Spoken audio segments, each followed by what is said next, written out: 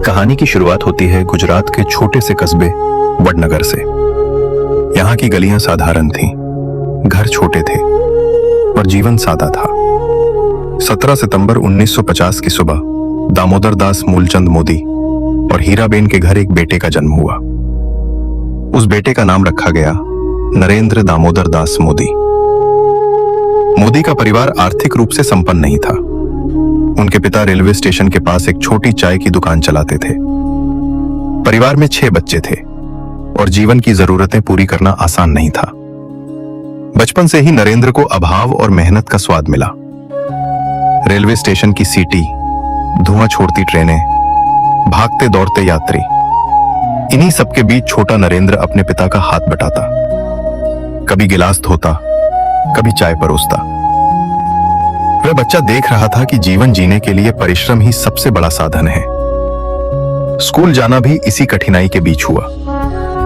पढ़ाई में वह औसत था, लेकिन अध्यापक कहते थे कि नरेंद्र में कुछ अलग है।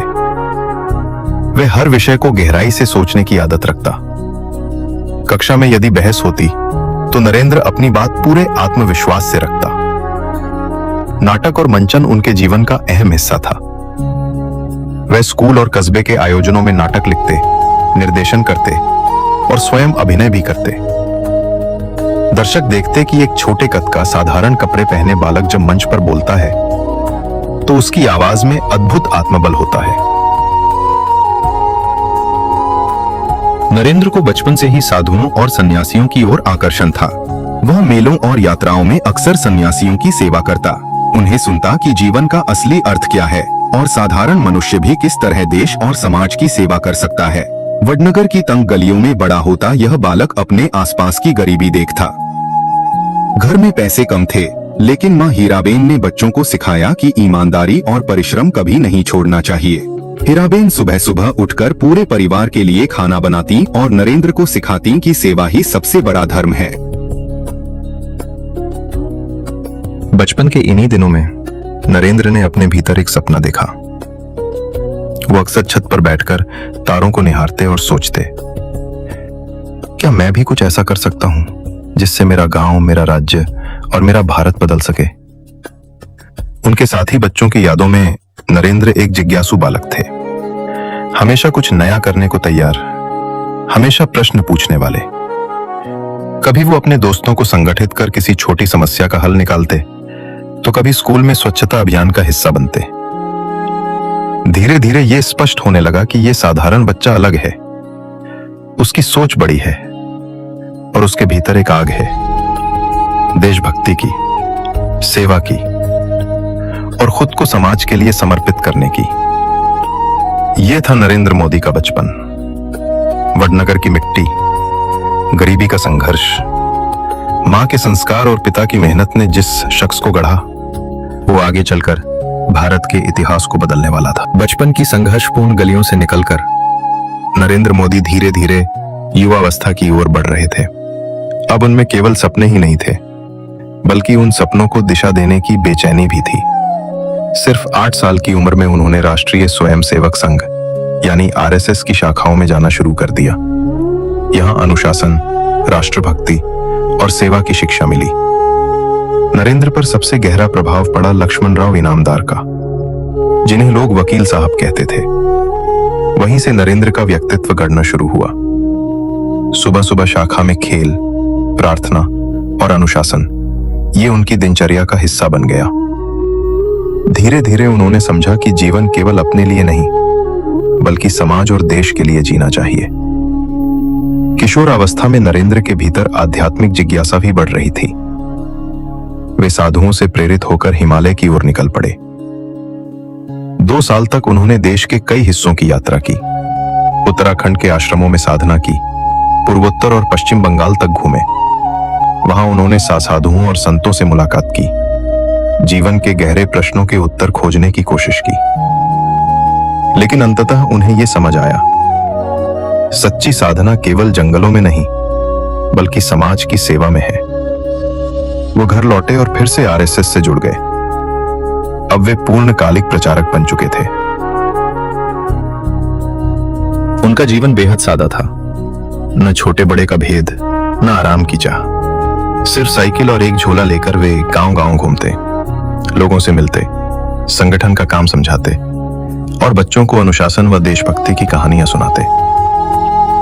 1971 में वे दिल्ली पहुंचे, जनसंघ के सत्याग्रह में शामिल हुए। यहीं से उनकी राजनीतिक चेतना और तेज हो गई।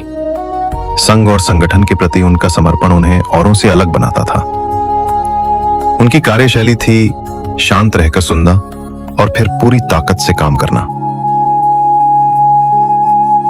धीरे धीरे उनकी पहचान एक अनुशासित, निडर और परिश्रमी कार्यकर्ता के रूप में होने लगी। ये नरेंद्र मोदी का युवावस्था का दौर था, जहां एक ओर उन्होंने आध्यात्मिक साधना की, वहीं दूसरी ओर सेवा और संगठन को जीवन का मार्ग बना लिया। यही अनुभव आगे चलकर उनकी राजनीति और नेतृत्व की बुनियाद बने।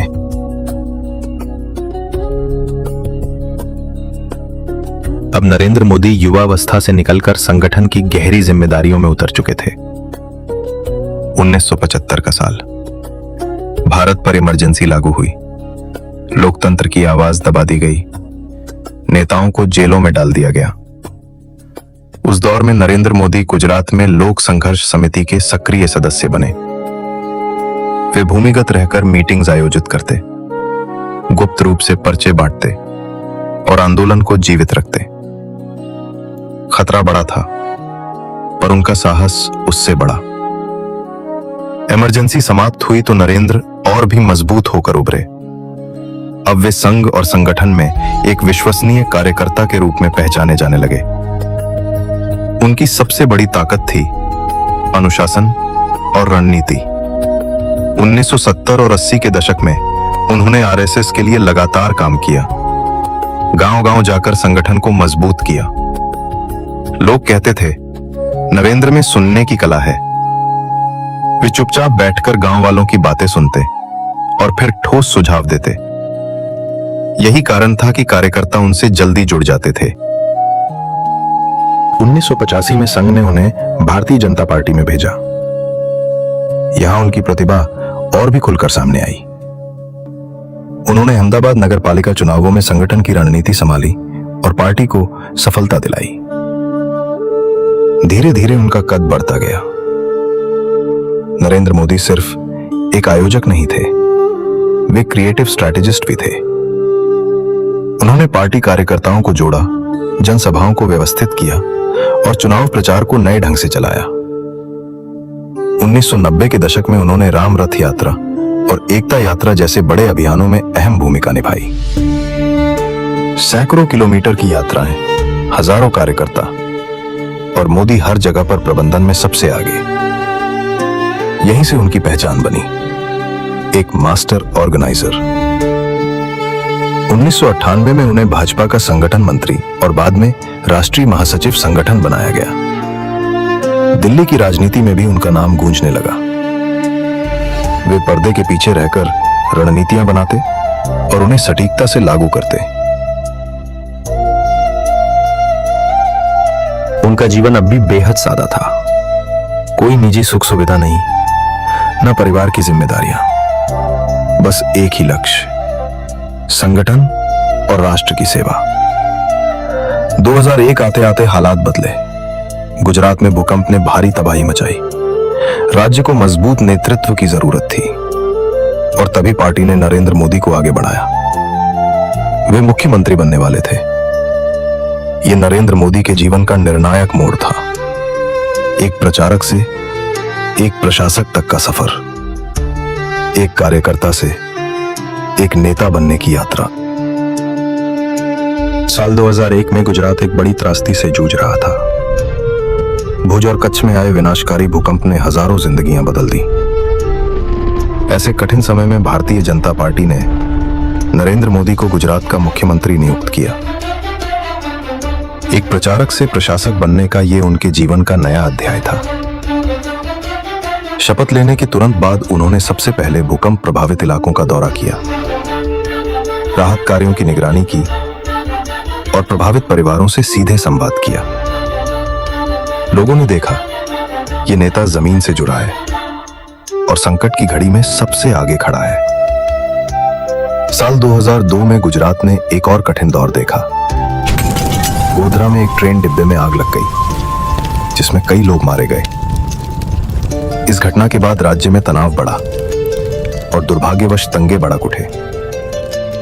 इस कालखंड ने नरेंद्र मोदी की नेतृत्व क्षमता को बड़ी परीक्षा में डाल दिया। उन्होंने प्रशासन और सुरक्षा बलों को कड़े निर्देश दिए और हालात पर नियंत्रण पाने की कोशिश की। हालांकि ये दौर विवादों और आलोचनाओं से भरा रहा, लेकिन यह भी सच है कि उसी के बाद मोदी का पूरा ध्यान सुशासन और विकास पर टिक गया। 2003 में उन्होंने वाइब्रेंट गुजरात समिट की शुरुआत की, जिसका उद्देश्य था गुजरात को वैश्विक निवेश का केंद्र बनाना। दुनिया भर के उद्योगपति, निवेशक और प्रतिनिधि अहमदाबाद में झुकने लगे। गुजरात अब उद्योग और व्यापार के नए मानचित्र पर चमकने लगा। इसी दौरान बिजली की समस्या हल करने के लिए ज्योति ग्राम योजना लागू की गई। गांवों में 24 घंटे बिजली पहुंची। किसानों को सिंचाई के लिए पानी और बिजली मिलने लगी। नए हाईवे बने, आधुनिक उद्योग लगे और शिक्षा व स्वास्थ्य सुविधाएं भी सुधरने लगी। 2007 के विधानसभा चुनाव में नरेंद्र मोदी भारी बहुमत से फिर मुख्यमंत्री बने। ये जीत केवल एक चुनावी परिणाम नहीं थी, बल्कि गुजरात मॉडल की स्वीकृति थी। 2009 से 2013 तक मोदी राष्ट्रीय स्तर पर भी चर्चा में आने लगे। हर वाइब्रेंट गुजरात समिट और हर बड़ी रैली में उनकी छवि एक निर्णायक, विकास प्रधान नेता के रूप में बन रही थी। देश विदेश के उद्योगपति उनसे मिलने आने लगे। युवाओं के बीच वे आशा और आत्मविश्वास के प्रतीक बन चुके थे। 2013 तक भारतीय राजनीति में एक नई बहस शुरू हो चुकी थी। क्या नरेंद्र मोदी अब केवल गुजरात तक सीमित रहेंगे या फिर वे राष्ट्रीय राजनीति की कमान भी संभालेंगे? गुजरात से लेकर दिल्ली तक उनका कद लगातार बढ़ता गया। वे अब सिर्फ मुख्यमंत्री नहीं थे, बल्कि पूरे भारत के लिए भविष्य के नेतृत्व की उम्मीद बन चुके थे। साल 2014 भारत की जनता ने इतिहास रच दिया। नरेंद्र मोदी को देश के 14वें प्रधानमंत्री के रूप में चुना गया। यह विजय केवल एक नेता की नहीं थी, बल्कि उस विश्वास की थी जो भारत के करोड़ों लोगों ने उनमें देखा। शपथ ग्रहण के दिन जब उन्होंने सिर झुकाकर प्रणाम किया, तो वो क्षण हर भारतीय के लिए भावुक था। वडनगर की गलियों से निकलकर संगठन और सेवा की सीढ़ियां चढ़ते हुए वे अब राष्ट्र के सर्वोच्च पद पर पहुंच चुके थे। प्रधानमंत्री बनने के बाद नरेंद्र मोदी ने जन सेवा को ही अपना धर्म माना। उन्होंने ऐसे अनेक कार्यक्रम शुरू किए जो सीधे जनता के जीवन से जुड़े। गरीब परिवारों के लिए योजनाएं, महिलाओं के सशक्तिकरण की पहल, युवाओं के लिए नए अवसर और देश को आगे बढ़ाने के लिए कई बड़े कदम। उन्होंने भारत को वैश्विक मंच पर नई पहचान दी। दुनिया ने भारत को और अधिक सम्मान के साथ देखना शुरू किया। आज उनका नाम केवल एक राजनेता के रूप में नहीं, बल्कि एक ऐसे नेता के रूप में लिया जाता है जो राष्ट्र की आत्मा से जुड़ा है। उनकी यात्रा जारी है। नरेंद्र मोदी ने जो काम शुरू किए हैं, वे आने वाली पीढ़ियों तक भारत को आगे ले जाने का मार्ग प्रशस्त करते रहेंगे। ये कहानी हमें बताती है कि संघर्ष से सेवा तक, संगठन से शासन तक और गुजरात से दिल्ली तक एक साधारण परिवार का बेटा भी अगर संकल्प और समर्पण से चल पड़े तो पूरे राष्ट्र को नई दिशा दे सकता है। आज भारत के हर कोने में विकास की रोशनी और आत्मविश्वास की नई सुबह दिखाई देती है। नरेंद्र मोदी ने कठिनाइयों से उठकर अडिग संकल्प और अथक परिश्रम से एक नई दिशा दी है। उनकी यात्रा यह संदेश देती है कि यदि निष्ठा, परिश्रम और राष्ट्र प्रेम हो तो कोई सपना असंभव नहीं। और यह यात्रा आज भी निरंतर चल रही है, भारत को नई ऊंचाइयों की ओर ले जाती हुई।